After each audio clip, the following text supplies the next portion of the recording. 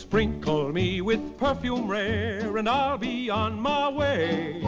Sticks. For decades, Hollywood has celebrated certain stars as the legends of the Golden Age, yet there are some names that barely appear in the history books despite their immense talent. Dennis Morgan is one such star. Born Earl Stanley Morner on December 20th, 1908, in Apprentice, Wisconsin, Morgan came from a quiet Midwestern background, far removed from the glitz and chaos of Hollywood. His early life was shaped by simplicity, strong family values, and a love for music.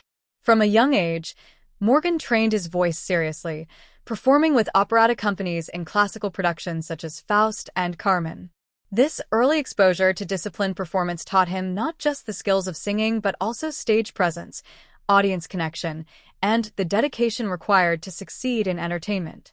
These were qualities that later helped him transition seamlessly into film acting. While many actors arrived in Hollywood relying purely on their looks, Morgan arrived with a foundation of discipline, training, and versatility. Despite his talent, his entry into the film world came with challenges. In 1936, he secured a role in The Great Ziegfeld, a high-profile project that should have showcased his singing abilities. Yet the studio decided to dub his voice with another singer, Alan Jones. This early choice reflected the Hollywood system's tendency to prioritize studio decisions over individual talent. Morgan's debut, however, still gave him a platform, marking the start of a screen career that would eventually place him among Warner Brothers' most bankable stars. By the time he became a regular actor in Hollywood, he had developed both the confidence and technical skill to handle a variety of roles, ranging from musicals and comedies to war dramas and romances. While other actors sought fame at all costs, often embracing controversy or scandal, Morgan's approach was steadier, grounded in his upbringing and personal discipline.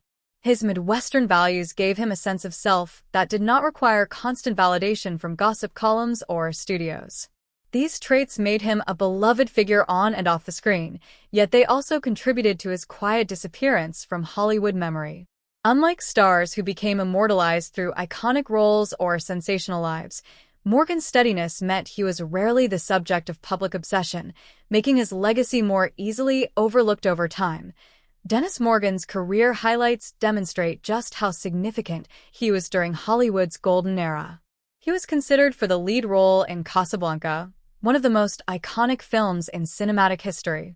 Ultimately, he declined the part of Rick Blaine, which went to Humphrey Bogart and became legendary. This decision illustrates a critical turning point in Morgan's career. While he was talented enough to star in landmark films, he never had a defining moment that etched his name permanently into the public's imagination. His choice to appear in lighter, more ephemeral films like Thank Your Lucky Stars kept him popular but limited the long-term cultural impact of his work. Alongside this, Morgan's versatility was undeniable. He excelled in musicals such as My Wild Irish Rose, where his rich melodic voice and natural charisma delighted audiences, and in war dramas like God Is My Co-Pilot, where he portrayed courage and heroism during World War II. Romantic comedies such as Christmas in Connecticut demonstrated his timing, charm, and ability to complement other stars, like Barbara Stanwyck, further solidifying his reputation as a dependable and capable leading man. Despite these achievements, Morgan was often typecast by Warner Brothers as the amiable, charming leading man.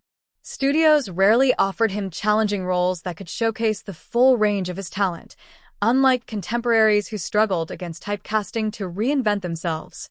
His career, while steady and respected, lacked the singular, headline-making moments that other stars used to cement long-lasting fame. Morgan's absence from scandal and controversy, while morally admirable, also meant that gossip columns rarely focused on him, removing him from one of the key engines of public memory in Hollywood. The combination of steady success, lack of a career-defining role, and avoidance of scandal created a paradox. He was beloved in his time, yet gradually faded from popular memory. Beyond his work on screen, Morgan's personal life reveals much about the man behind the camera and the choices that influenced his legacy. His marriage to Lillian in 1933, years before achieving fame, remained strong throughout his career, a rarity in an industry notorious for short-lived unions. Together, They raised 3 children: Stanley, Kristen, and James. Morgan prioritized family stability, often involving them in his projects in small ways, such as including young Kristen in My Wild Irish Rose at age 8. Unlike many Hollywood actors who relied on personal drama to maintain public interest, Morgan led a private, disciplined life rooted in loyalty and responsibility. Even his friendships, most notably with Errol Flynn, reflected both generosity and discernment. He remained a devoted friend without being swept into the chaos that surrounded some of his colleagues. Morgan's prudence extended to business ventures, providing him financial security and allowing him to focus on family rather than seeking attention through the media or Hollywood reinventions.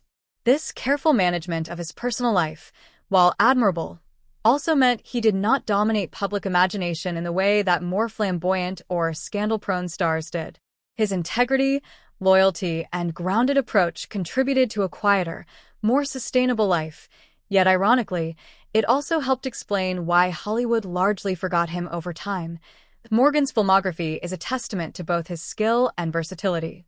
Kitty Foyle, 1940, starring Ginger Rogers, gave him the opportunity to contribute meaningfully to an award-winning production, while Christmas in Connecticut, 1945, became a cultural staple, demonstrating his comedic timing and charm. In war dramas such as God Is My Co-Pilot, he convincingly embodied heroism, earning critical praise for performances that resonated deeply with audiences during wartime. His musical performances, including in My Wild Irish Rose, revealed his formal training and natural stage presence, which allowed him to shine as a singer and actor simultaneously. Even though these roles did not always result in individual awards, they highlighted his consistent reliability and appeal, traits that studios recognized and rewarded with high pay and steady work. Morgan's commercial success reflected public recognition of his talent, yet his avoidance of controversy and scandal meant that, in the absence of defining moments, his name was gradually overshadowed by flashier or more controversial stars. Hollywood's erasure of Dennis Morgan, therefore, was not the result of poor performance or lack of ability, but rather a combination of personal choices, studio decisions, and historical narratives that favored more sensational stories. Morgan's legacy is also preserved through the respect of his peers and film historians. Colleagues admired him for his professionalism, integrity, and talent. Swedish actress Vivica Lindfors described him as a divine friend with a glorious voice and cheerful demeanor, capturing the warmth he carried on and off-screen. Film historians note that while Hollywood produced many gritty anti-heroes during his era, Morgan embodied a polished, congenial ideal, handsome, well-mannered, and versatile. He balanced musicals, comedies, romances, and wartime dramas with effortless charm, serving as a model for reliability and professionalism in an industry often marked by excess. Morgan himself recognized the challenges of balancing stardom with personal life, once remarking, "It's not the easiest thing in the world to be a success in Hollywood and still be the ordinary husband and father." He also criticized the studio system for underutilizing talent, highlighting his awareness of both the allure and pitfalls of Hollywood. His legacy, therefore, extends beyond films. It lies in the example he set for future actors seeking creative fulfillment, stability, and ethical conduct in an often chaotic industry. Dennis Morgan's story is ultimately a tale of talent, integrity, and quiet obscurity. Despite being one of Warner Brothers' highest-paid and most versatile stars, he was gradually pushed to the margins of Hollywood history. The lack of a single iconic role, avoidance of scandal, and focus on family and personal integrity contributed to his fading visibility. Yet, his performances continue to entertain and inspire, from musical numbers to heartfelt dramas, offering a reminder that not all great talent is immortalized through controversy or sensationalism. Morgan's life demonstrates that success can exist quietly and meaningfully, even if it is not celebrated loudly. Hollywood may have largely forgotten him, but the richness of his work, the steadiness of his character, and the admiration of colleagues ensure that Dennis Morgan's contributions to cinema remain significant, deserving recognition in the pantheon of classic Hollywood stars. After his official Hollywood debut, Dennis Morgan quickly became one of Warner Brothers' most dependable and bankable stars. Unlike many actors who arrived in Hollywood seeking fame at all costs, Morgan approached his career with a combination of talent, discipline, and practicality. He understood the importance of being versatile and reliable in an industry that could be unpredictable and ruthless. Early on, he demonstrated a natural ability to handle a wide range of roles. From musicals to romantic comedies, war dramas to operatic adaptations, Morgan proved he could deliver performances that were both technically polished and emotionally engaging. One of his first major projects, The Great Ziegfeld, gave him visibility, even though the studio chose to dub his singing voice. While this might have discouraged other performers, Morgan used the experience to strengthen his understanding of how Hollywood worked. He recognized that studios had control over many aspects of an actor's image and learned to navigate these constraints without compromising his professionalism. This approach would define his career, setting him apart from stars who relied solely on scandal, charisma, or brute force to capture public attention. Morgan's rise at Warner Brothers coincided with a period of intense studio control over actors' lives. Contracts dictated not just which roles he played, but also the public image he presented. Yet, Morgan's natural charm, Midwestern grounding, and musical talent allowed him to thrive within these constraints. By the early 1940s, he had become a recognizable figure, often appearing in box office hits alongside established stars like Errol Flynn and Ginger Rogers. What made Morgan particularly valuable to Warner Brothers was his ability to complement other actors without overshadowing them. His smooth singing voice, good looks, and affable demeanor created a sense of reliability that audiences responded to, making him a safe bet for a wide range of film genres. While he was not the studio's most sensational or controversial star, his consistent performances earned him critical respect and commercial success. Warner Brothers recognized his drawing power, which eventually placed him among the highest-paid actors on the lot. Yet, as his reputation grew, he still lacked the single, career-defining role that could have secured his place among Hollywood immortals. Despite being considered for Casablanca, a role that would have immortalized him, Morgan's career continued along the path of steady work rather than meteoric legend. His versatility was both a blessing and a curse. It allowed him to work consistently, but it prevented him from being tied to a singular, iconic identity. In an era where Hollywood often celebrated stars for scandal, charisma, or a defining role, Morgan's steadfastness meant that his reputation, while solid, never reached the heights of enduring myth. Still, during this period, Morgan's contributions to film were significant. His work in musicals allowed him to showcase his operatic training, while romantic comedies highlighted his timing and charm. War dramas gave him an opportunity to portray courage and patriotism, resonating with audiences during World War II. Across these genres, Morgan's ability to adapt without losing authenticity became a hallmark of his career, earning him both the admiration of colleagues and the respect of critics. In many ways, Morgan embodied the ideal studio actor of his time, talented, disciplined, reliable, and appealing to a broad audience. His rise at Warner Brothers was not marked by flamboyant headlines or personal scandals, but by a quiet mastery of his craft, a dedication to professionalism, and a commitment to consistent quality. It is this quiet mastery that makes the question of his erasure from Hollywood history even more striking.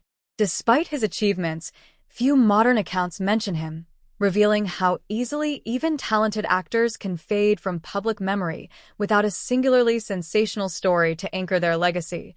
Dennis Morgan's career cannot be fully understood without considering his personal life and the decisions he made outside the studio lot. Unlike many of his contemporaries, who were frequently embroiled in scandals or dramatic affairs, Morgan maintained a private and grounded existence that reflected his Midwestern upbringing. He married Lillian in 1933, long before he became a household name, and their union lasted throughout his life. Together, they raised 3 children, Stanley, Kristen, and James, instilling in them the values of stability, loyalty, and responsibility. These personal choices defined Morgan in a way that set him apart from the flashier, more controversial stars of his time. Whereas other Hollywood marriages were often fleeting or strained by fame, Morgan's family life remained a cornerstone of his identity. He even involved his family in his work, such as including his daughter Kristen in My Wild Irish Rose at the age of 8, blending personal and professional life without exploiting it for publicity.